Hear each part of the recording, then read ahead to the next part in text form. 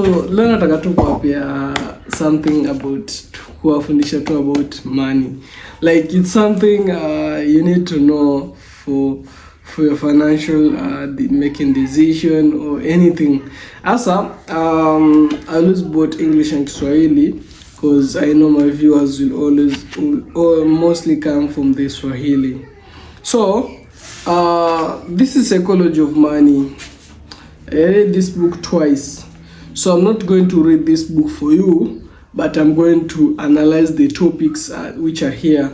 So I'll just take a topic and I discuss how I understood the topic, and this may help you. So at least you don't have to, maybe if you get a copy of this you can read it, but at least you have an idea what's going on in this book. So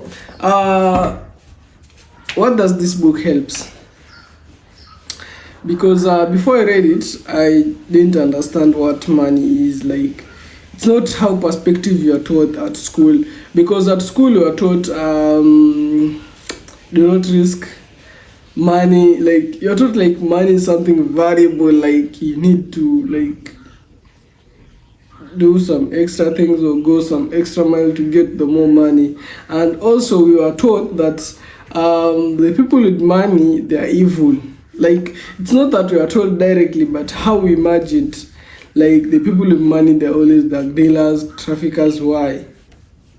It's not about that. So once you get to know about this, so you get to know about what you're going to begin. So after reading this book, I went to read the Rich Dad Poor Dad. So it helped me a lot with that, because think of this.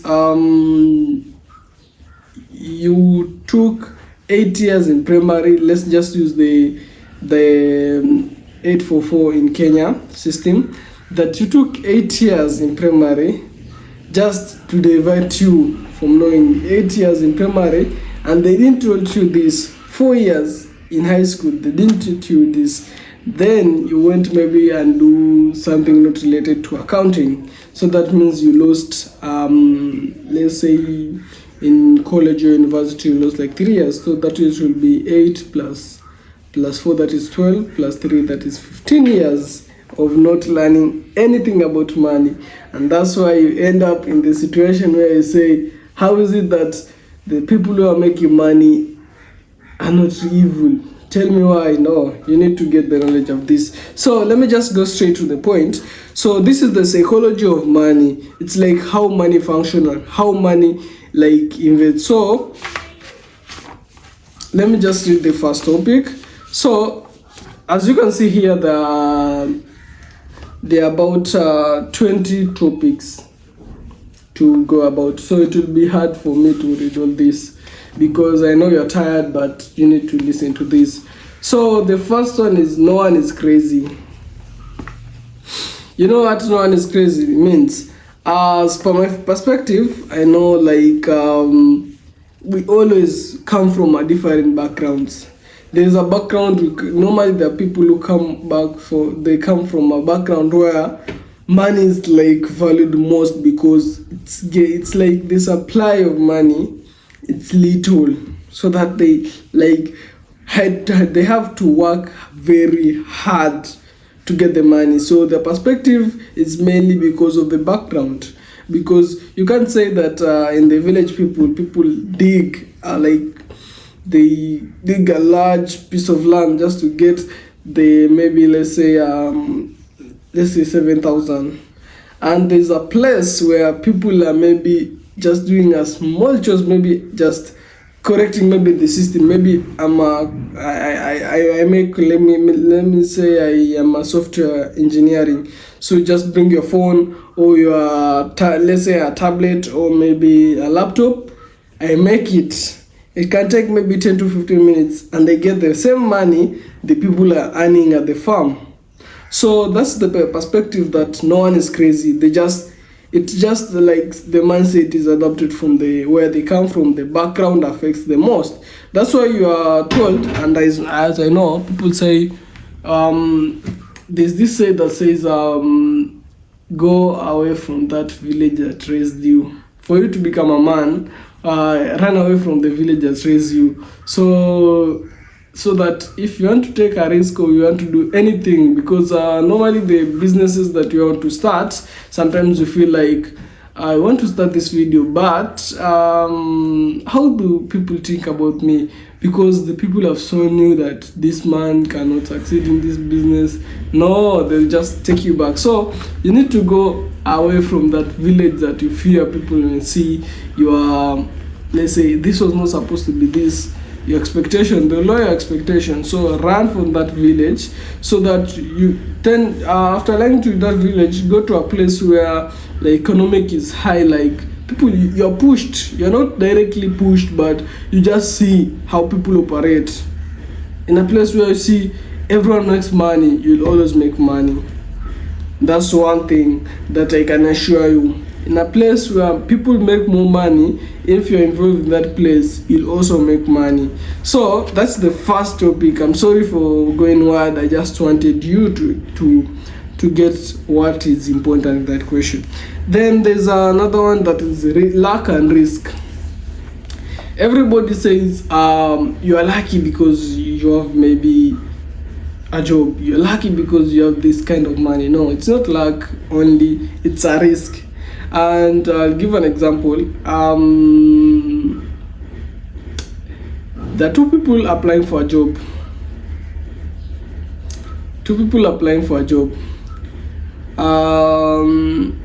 One sends 10 application letters to different companies.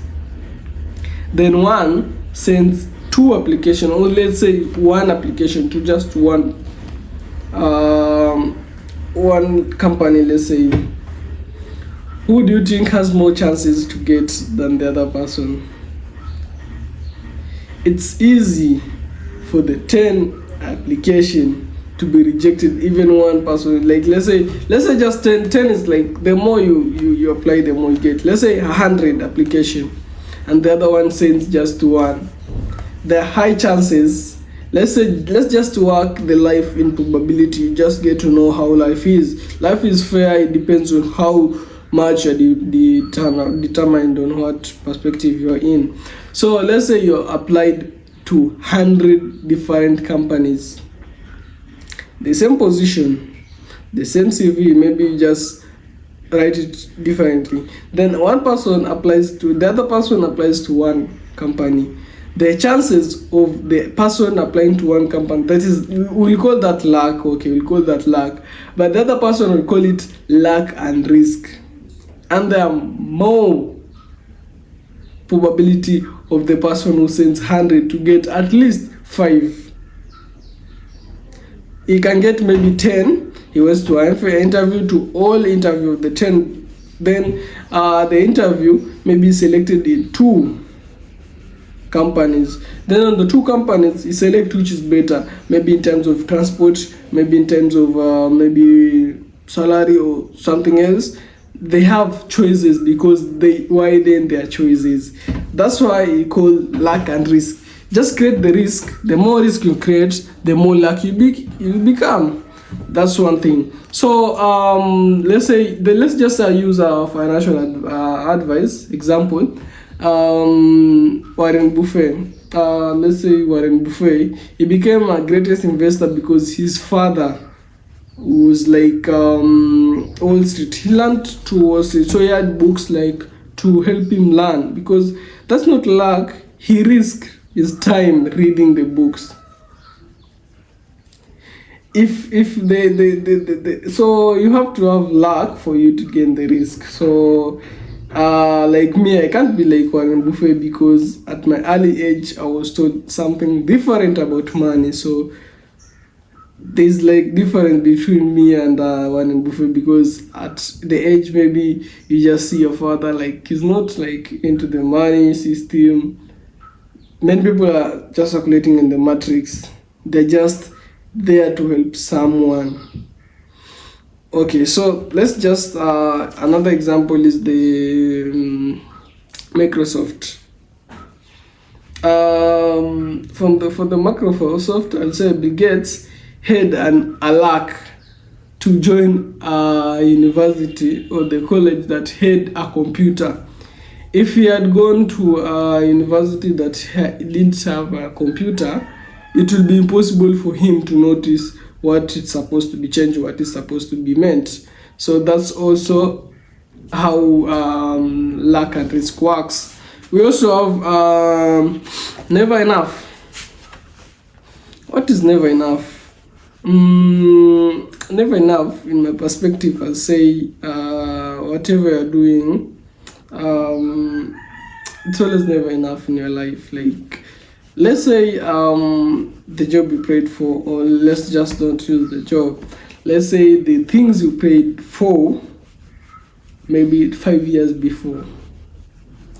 There are some things that you have but you don't notice because you already have another goals to go to. So it's like when you climb one mountain at the top, you see more mountains to climb. So it's like when you are just average, you see everything like normal, everything no. Just climb a mountain and see how many mountains are. And that perspective is true. If you climb a mountain, you'll see the perspective. I've been in Taita, so if you climb maybe they call them the stones, they're not mountains but they're stones. So if you climb, you get to see the other top. You say, maybe I'm not the first person to get this, but I'll be the first person to get that mountain. I'll be the first person to get this. So you create more goals once you're at the top. You have to see more goals for you to attain. That's one thing. Just want to be summarized. We also call confounding and compounding. This is the hardest thing I've ever encountered. It needs your maximum patience to this. So we'll give an example of two people. Let's say you have two people. Maybe they're now 50 years old, right? One person started investing at age 7. I wish I could have a calculator. Use it. Let's just see if it has power. Yeah, I think it has power. So one person started investing. Let me just use the calculator. Oh, forgive.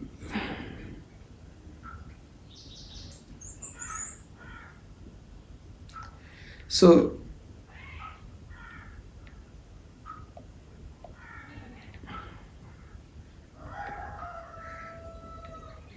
it doesn't have. So one person starts investing at age maybe 12 or 7, then he gets 5% interest let's say every year or every month. He doubles the account, it gets 5%. For the period maybe of 20 years, the person who gets 5%, depending on the person also who got, let's say, starts at the age of 25, given a maximum of maybe 30% or 20%. The other person, let's say he gets a reward. Okay, he cannot beat the person that started earlier with the small gains, because at first we don't see the gains. Then once it compounds, it doubles the account. Let's say 2%, 5% in 20 times, it will be 100%. So if you deposit $100 in something that gains 5%, gets 500 in 20, let's say in 20 cycles, it will be 100. So you have 200. Then maybe you start late. It means the person who starts earlier always will be let's say just example is just not easy. So I'll just say if you start early as 20 investing in yourself, you'll be better than a person who starts at 45 or at 50. That savings you are keeping, keep it in investment and see how far it will be in the next 5 or 10 years or 15 years. Just forget about it. Keep the smallest amount you won't need in the following, let's say in the front. You'll not need it maybe in the future. maybe after 5 years, 10 years you need it. That's what it's supposed to be. Then we go to the next topic. Getting wealthy versus staying wealthy. Why is it that getting wealthy versus staying wealthy is differs from it? So every people say, I need to get rich. You can get rich and you can go back to broke. That's why there are people who are rewarded, like who won something, maybe a medal, or won maybe a million on betting on everything, and now their life is just smooth because getting wealth, just buy cars. So getting wealth, it means you buy liability. So the most problem it will be, you have no knowledge on the liabilities and assets. So if you want to get wealthy, you can buy cars. You can buy cars, yachts, everything. You will get wealthy, but there are more chances you'll drop from wealthy to everything. Because once you buy a car, it depreciates the value of the car. And also it has liability to give you. Let's say fuel, maintenance, service, and also if you leave it, it also, the engine also becomes like, it may catch rust or anything else, right? And if you buy so there's an asset and liability, so I'll catch that on the next topic because it's a wide topic. That if you don't know asset and liability, the difference, trust me, getting rich, it's impossible. Getting rich, it will be impossible. Like maintaining rich, it will be impossible if you don't know the assets and liabilities. So people are saying, I learned business in high school. So is that means that it's the same thing that was taught? Yeah, it's the same thing. Asset and liabilities. Anything can be an asset, anything can be a liability, depending on how you handle it. I'll just give two examples of an asset and liability that people are just occurring in the environment, but they don't know the difference. So if you have a car, which is rental, let's say you just drive, let's say you use it maybe to carry people from this place to this place, they give you money, let's say in terms of Uber, that's an asset. If you have your own car that doesn't pay you, it gets money off you because you give it fuel, maintenance and everything, that's a liability. Liability takes your money out of the pocket. Asset gives you money into the pocket using the same sources. So that's the difference. I'll tackle it in the next topic, but let's just continue in this. Then the other thing is that